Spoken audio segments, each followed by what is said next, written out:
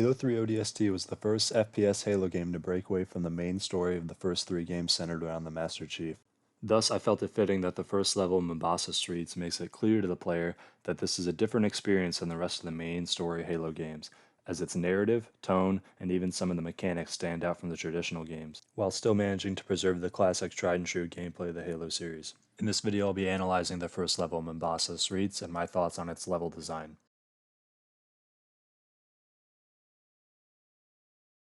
As mentioned in the game, you are no longer the Master Chief, you're not even a Spartan. You're an ODST, or Orbital Drop Shock Trooper. Throughout the campaign, you primarily play as the nameless and faceless rookie. The year is 2552. Humanity is losing the war against the Covenant.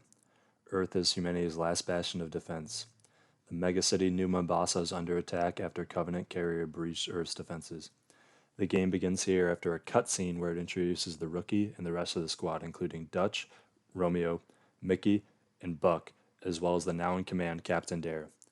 As they are in the middle of an orbital drop, Dare instructs them to follow her lead and redirect their drop pods, and as they begin passing the carrier, it enters slip space, which causes the release of a massive EMP blast.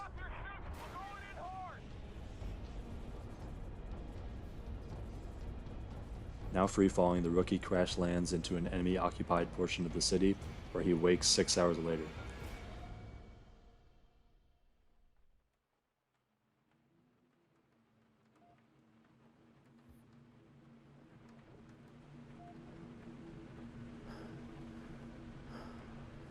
This is where the first level of Mombasa Streets begins, leaving the player to explore the city and find their squad mates.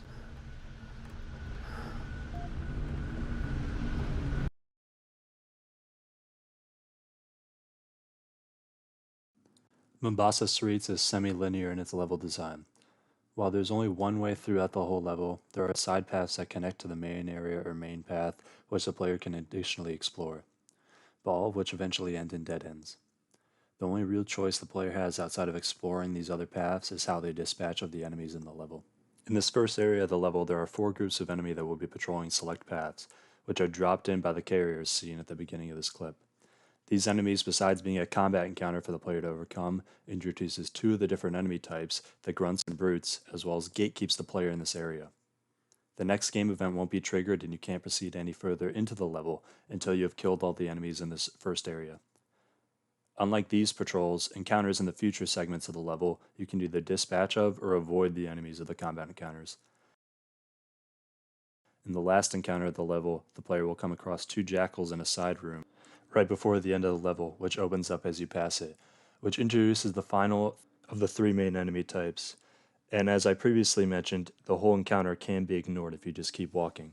This level makes use of a handful of different methods to aid in guiding the player towards the correct path, such as the use of debris and roadblocks to physically deter or encourage them to go another way.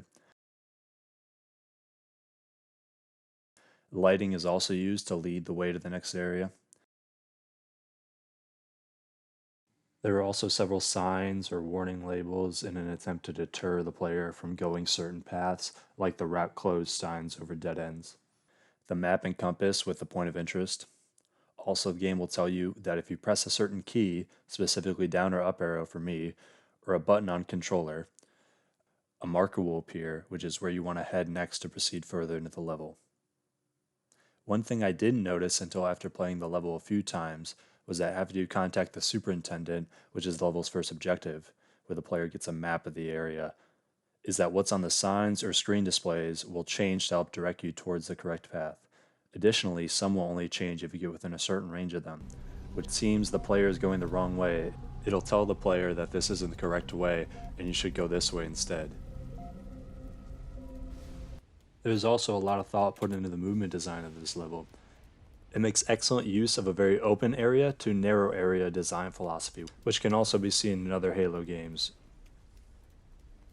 It does this by starting you in a large, open, evacuated city space, then having you pass through a building's narrow hallways, to then reach a more contained but open area before reaching the final area, another building interior with narrow hallways and stairways.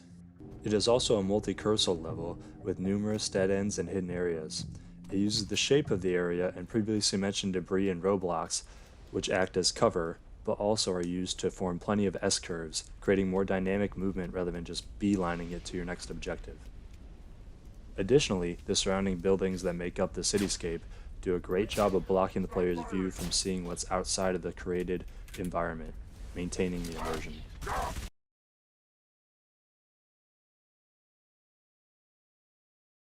This level, like almost all other Halo levels throughout the series, makes amazing use of their environments for environmental storytelling. As you explore the level, you can find numerous scenes displaying previous battles that occurred, with trails of blood, barricades from soldiers' last stands, and the bodies of allies and enemies alike.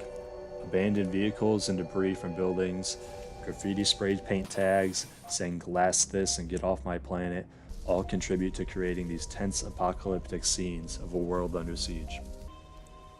The enemies also aid in the environmental storytelling, as they either patrol the area they are now controlling, while others are resting or stationed throughout, leaving the player to wonder the reason why they are patrolling these exact locations or stationed here.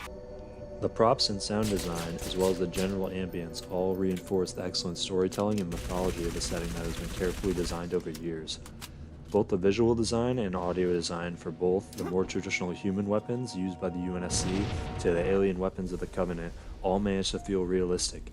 Plus, the buildings or architecture, while obviously futuristic, as it is dated over 500 years in our future, still manage to feel realistic and not absurd, imbuing an industrial yet modern feel to the surroundings. The music, as per usual, is always amazing. It manages to create or continue the eerie feeling and tension as you explore the city, as the music is both swelling and waning as you progress throughout.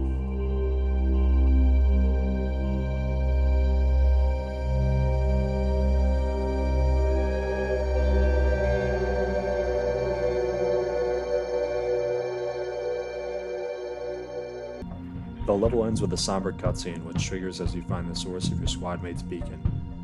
You discover the captain's helmet stuck in a nearby TV, in which as you investigate the cutscene will trigger, and audio from the previous cutscene will repeat over this.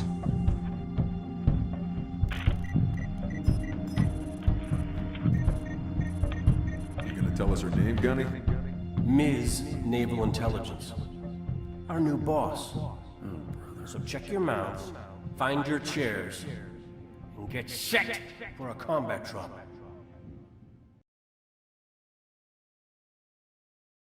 That concludes my level analysis of Mombasa Streets from Halo 3 ODST. I believe this level does great work to separate itself from the more traditional Halo levels from the previous games in the series. I think this strong start and all the changes it brought to the series helped really make ODST feel unique and tell a different story.